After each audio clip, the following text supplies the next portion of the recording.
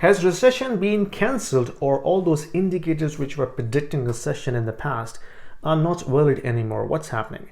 Well, Jerome Powell last week told us that he's not predicting recession anymore, and now I'm seeing Goldman Sachs is coming out saying the yield curve inversion doesn't matter anymore because it's wrong. That's pretty much what they're saying. So what's happening? So let's break it down for you. So US debt market is the biggest debt market in the world. Pretty much every single foreign country, the banks, the financial institutions, the hedge fund owners, the insurance companies, pretty much everybody who is managing the portfolio, they consider buying US treasuries. Why?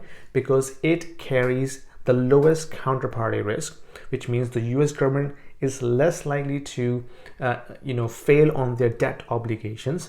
Number two, the international banks and institutions, they tend to protect themselves against currency fluctuation by purchasing US bonds. And then number three is, when the stock portfolio goes down, it tends to balance itself by diversifying the investment between 60-40 portfolio. This has been working for a number of years, except 2022, by the way.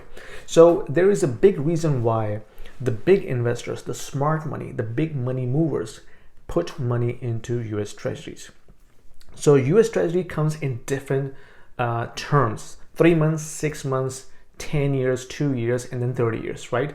So when you plot the yield of those US treasuries against the time horizon, you actually see a yield curve like this, which means the lower end of the curve, which means that the bonds which are for a shorter term, like 1 month, 2 months, 3 months, 6 months, they tend to yield lower compared to the longer term bond, like 10 years or 30 years. So when you plot it, you see a graph like this. This is in a standard normal scenario where the more you wait in terms of investment, the more risk you carry. So in order to compensate that risk, you tend to get more interest or yield in return. So when this curve gets inverted, which means rather than this way, it goes that way, which means the shorter term of the bond on the curve, the shorter term bonds like 1 month, 2 months, 3 months, 6 months, they are yielding higher compared to the longer term bonds like 10 years or 30 years. Why is that? It means that the smart investors, the big money movers, they are not purchasing the short-term bonds because the bond price itself is inversely correlated with the yield. If the bond price goes up, the yield goes down. If the bond price goes down, the yield goes up. So if the shorter term bonds are yielding higher, that means the big investors, the big money movers, are dumping the shorter term bonds, which is pushing the yields up. And instead of buying the shorter term bonds, they're actually moving their money into the longer term bonds like 10 years or 30 years, even though it's yielding less. But they are predicting something is going to happen in the immediate future versus the long term.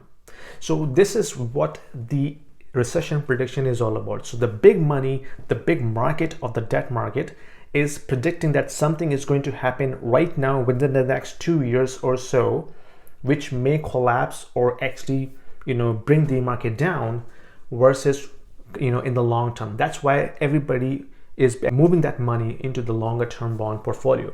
So that's what the market is saying right now. Regardless of what Jerome Powell is saying, regardless what Goldman Sachs is saying, but the bond market is telling you something different. And I think the market is most of the time is right about these moves. So we have to follow the market sentiment versus what these money market makers or Jerome Powell type people are telling us. Again, this is just me telling my observations to you. I could be wrong. Let me know what you think, and what do you think the recession is going to happen or not, and if not, then what is your base case? Let me know in the by putting your comments in the comment section, and I'll see you in my next week video. Thank you.